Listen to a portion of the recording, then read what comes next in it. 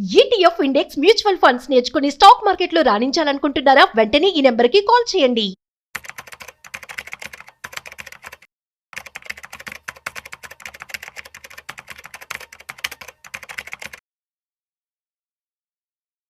నమస్తే, welcome to Suman TV. నేను విష్ణు. ప్రస్తుతం మనతో పాటు సీనియర్ స్టాక్ మార్కెట్ అనలిస్ట్ ప్రభు మాలంపాటి గారు ఉన్నారు. సార్తో మాట్లాడదాం. సార్ నమస్తే. సార్ నమస్తే విష్ణు గారు.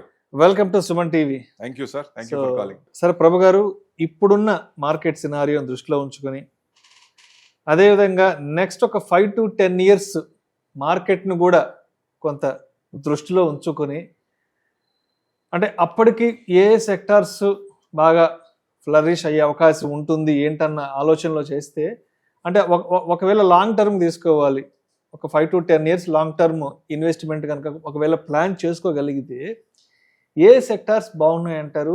యాజ్ పర్ ద గవర్నమెంట్ పాలసీస్ని కూడా దృష్టిలో ఉంచుకుని పిఎల్ఐ స్కీమ్ కింద బెనిఫిట్ అయ్యేవి. గవర్నమెంట్ కూడా సపోర్ట్ చేస్తుంది కదా, సపోర్ట్ చేసేది. ఫ్యూచర్ జనరేషన్ స్టాక్స్ అంటారు వాటిని.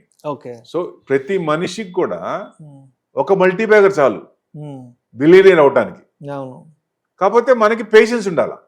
దాంట్లో 30% రాగానే 40% రాగానే గ్రోత్ ఓరియంటెడ్ స్టాక్స్ కొన్ని వచ్చేస్తాం. అట్లా కాకుండా మనకి మన క్యాపిటల్ ప్రకారం short term, mid term, long term లో ఒక్క మల్టీ బ్యాగర్ చాలు మన ఇది మార్చడానికి. సో డెఫినెట్ గా లేయర్స్ అని మారిపోతాయి. ఒక్కటి చాలు, 1 is enough, క్వైట్ ఇనఫ్. అది లాంగ్ టర్మ్ అట్లా పెట్టేసుకుంటే ఏ సెక్టర్స్ ఉన్నాయి అట్లా అంటే ఫ్యూచర్ జనరేషన్. ఇప్పుడు నెక్స్ట్ ఫ్యూచర్ లో ఏమొస్తాయి? సోలార్, ఎందుకంటే ఫజల్ ఫ్యూయల్ నుంచి ఈవీకి వస్తున్నాం, రెన్యూబుల్ ఎనర్జీ, తర్వాత హైడ్రోజన్, తర్వాత గ్రీన్ హైడ్రోజన్. అంటే పొల్యూషన్ తక్కువ చేస్తున్నారు. ఓజోన్ లేయర్ దెబ్బతింటుంది కాబట్టి ప్యారిస్ లో కన్వెన్షన్ లో 2030 కల్లా మనం ఇది తగ్గించుకోవాలి, ఫజల్ ఫ్యూయల్ నుంచి బయటికి రావాలి. వచ్చినప్పుడు కార్బన్ మొనాక్సైడ్ అది కొంచెం తగ్గుతుంది కాబట్టి దెబ్బతినకుండా ఉంటది ఓజోన్ లేయర్. ఇట్లా ఒకవేళ కంటిన్యూ అయితే కార్బన్ ట్యాక్స్ కట్టాల్సి వస్తుంది ఏదైనా ఎక్స్పోర్ట్ చేసినప్పుడు. అది కనుక మన లేయర్స్ తగ్గపోతే, ఆ ఎఫెక్ట్ కనుక తగ్గపోతే. సో అది 2030కి అంటున్నారు, కానీ కొంచెం టైం పెంచేటట్టున్నారు. ఎందుకంటే పెట్రోల్, డీజిల్ నుంచి మనం ఈవీకి రావాలన్నా ఇంకా కొంచెం టైం పట్టేటట్టు ఉంది. సో మన ఫ్యూచర్ చూడాల్సి అంటే నెక్స్ట్ మీరన్నట్టు 5 to 10 years, ఏదన్నా మల్టీ బ్యాగర్ అంటే 10 years అనుకోండి, కన్సిస్టెంట్ గా 14%, 15% అబోవ్ రిటర్న్స్ ఇస్తుందా, అది మంచి కంపెనీ కింద లెక్క. ఎన్విడియా చూడండి ఎక్కడి నుంచి ఎక్కడికి వచ్చింది.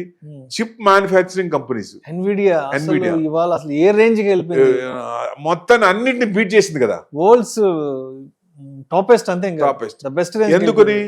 ప్రతి దానికి చిప్ అవసరమే.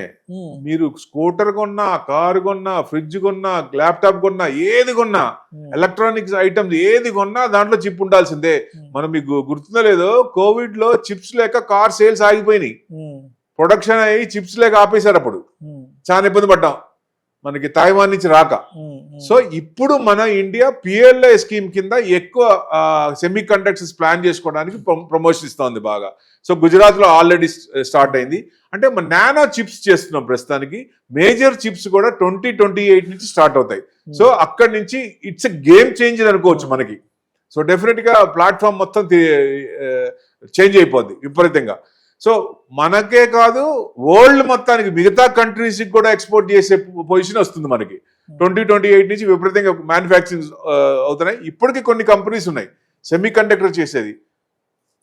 ఇది రికమెండేషన్ కాదు, దయచేసి ఎవరన్నా చేద్దాం అనుకున్నప్పుడు మీ అనలిస్ట్ అయితే ఎవరైతే ఉన్నారో వాళ్ళని కన్సల్ట్ అయ్యి వాళ్ళ సజెషన్ తీసుకొని ఎక్కడ కొనాలి, ఎలా చేయాలి అనేది తీసుకొని తర్వాత చేయండి. అంటే ప్రేక్షకులకు కూడా విజ్ఞప్తి, ఈ వీడియోలో మాట్లాడబోయే అంశాలు కేవలం ప్రేక్షకులకు అవగాహన కొరకు, ఇన్ఫర్మేషన్ కొరకు, ఎడ్యుకేటివ్ పర్పస్ కొరకు మాత్రమే వీటి గురించి మాట్లాడబోతున్నాము. ఇది ఎట్టి పరిస్థితుల్లో మా రికమెండేషన్ కాదు, రికమెండ్ చేయాలనే ఉద్దేశం కూడా మాకు లేదు. పెట్టుబడులు పెట్టే ముందు మీ అడ్వైజర్ని సంప్రదించి 1కి 10 సార్లు ఆలోచించి వారి తుది సలహా మేరకు మాత్రమే నిర్ణయం తీసుకోగలరని మా మనవి. Yes sir. CG Power continuous గా పెరుగుతూనే ఉంది మ్యానుఫ్యాక్చరింగ్. వీళ్ళు 27 స్టార్టింగ్ నుంచి ఇక ఎక్స్పాన్షన్ కూడా వెళ్ళారు. పిఎల్ఐ స్కీమ్ కింద బాగా బెనిఫిట్ అయింది. అంటే గవర్నమెంట్ ఇచ్చే పిఎల్ఐ స్కీమ్ కింద వచ్చినప్పుడు వాళ్ళ పర్చేసింగ్ రేటు ఎంత సేల్ రేట్ ఎంత ఉందో ఆ రేట్ కంటే వాళ్ళకి డిస్కౌంట్ వస్తుంది, కంపెనీకి ప్రాఫిట్స్ ఎక్కువ వచ్చే అవకాశాలు ఉన్నాయి. సో సిజీ పవర్ కానీ, ఏఎస్ఎం టెక్నాలజీ కానీ, తర్వాత మోస్చిప్ కానీ, తర్వాత డిక్సాన్ టెక్నాలజీస్ కానీ, ఈవెన్ రిలయన్స్ కూడా ఫ్యూచర్లో వచ్చే ఛాన్సులు ఉన్నాయి. టాటా వాళ్ళు కూడా ప్లానింగ్లో ఉన్నారు. ఎక్కువ మంది అంటే ఇది గేమ్ చేంజర్ కాబట్టి మేజర్ వాళ్ళందరూ దీంట్లోకి వస్తారు. ప్రస్తుతానికి ఇలాంటి కంపెనీలు మోస్చిప్, ఏఎస్ఎం టెక్నాలజీ, టాటా ఎలక్సీ, వేదాంత, ఎంఐసి ఎలక్ట్రానిక్స్, చిన్న చిన్న కంపెనీస్ కూడా నానో చిప్స్ కానీ అట్లాంటి తయారు చేస్తున్నాయి. కాబట్టి ఎందుకంటే ఎక్కువ ఇది సెమీ కండక్టర్లో ఎక్కువ ఛాన్సులు ఉంటాయి. అంటే దానికి అంటే పవర్ కన్జంప్షన్ తక్కువై అవుట్పుట్ ఎక్కువై దానికి మంచిగా హెల్ప్ చేస్తాయి కాబట్టి ఎక్కువ దానికి లైఫ్ కూడా ఉంటాయి. సో అట్లాంటి సెమీ కండక్టర్స్ ప్రస్తుతానికి మనం చిన్న చిప్సే చేస్తున్నాం, తైవాన్ నుంచి తెప్పించుకుంటాం మేజర్. ఇప్పుడు గుజరాత్లో స్టార్ట్ చేసాం. సో 27-28 మధ్యలో ఇక అక్కడి నుంచి ఫుల్ లెంత్గా స్టార్ట్ అయితే ఇలాంటి ఇదన్నీ ఒక మంచి గేమ్ చేంజర్ అనుకోవచ్చు. అంటే జీడిపిలో విపరీతంగా ఈ మనకి గేమ్ చేంజర్ అయితే జీడిపి మనకి ఇప్పుడు దాదాపుగా 4 ట్రిలియన్ ఉన్నాం. నెక్స్ట్ 4 years టార్గెట్ పెట్టుకున్న 5 ట్రిలియన్ యాడ్ అవ్వాలన్నా 5 years కూడా పట్టదేమనిపిస్తోంది ఈ వనక గేమ్ చేంజర్ అయితే. సో డెఫినెట్ గా విపరీతంగా వచ్చే ఛాన్స్ ఉంటుంది. అంటే దానికి అనుగుణంగా ఏంటి సోలార్ కూడా ఎక్కువ మంది ఇచ్చేస్తున్నారు.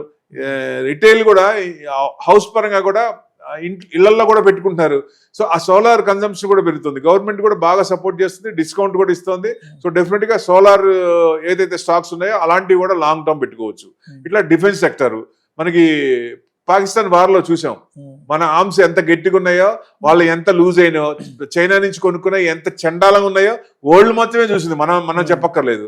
సో యూరోపియన్ కంట్రీస్ కూడా జీడిపిలో 3-5% నెక్స్ట్ 35 years లో వాళ్ళు ఇన్వెస్ట్మెంట్ చేద్దాం, జీడిపిలో పర్సెంటేజ్ 3-5% పెంచుకుంటున్నారు. ఆర్డర్స్ ఎక్కడికి వస్తున్నాయి?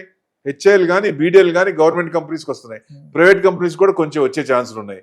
సో ఆర్డర్స్ ఎక్కువ వస్తున్నాయి కాబట్టి డిఫెన్స్ సెక్టర్ కూడా నెక్స్ట్ 5-10 years పెట్టుకుంటే, ఎందుకంటే కొన్ని మల్టీబ్యాగర్ మధ్యలో ప్రాఫిట్ బుకింగ్ కానీ, రీట్రేస్మెంట్ కానీ, ఏదైనా న్యూస్ బట్టి కానీ ఆల్రెడీ బాగా పెరుగున్నది, కొంచెం తగ్గే ఛాన్స్ ఉంటాయి. ఆ తగ్గినప్పుడు చాలా మంది హైలో కొంటారు. హైలో కొనుక్కున్నప్పుడు ఇంకా టైం పడుతుంది అనుకుంటారు. కానీ దయచేసి లాంగ్ టర్మ్ అనుకొని దాంట్లో అలాంటి వాటిలో కొంత ఆ స్క్రిప్ట్ పడినప్పుడల్లా, రీట్రేస్మెంట్ అయినప్పుడల్లా ఎక్కువ చేస్తుంటే లాంగ్ టర్మ్ లో మంచి రిటర్న్స్ వచ్చే అవకాశాలు ఉంటాయి. Thank you sir, thank you so much Prabhu గారు.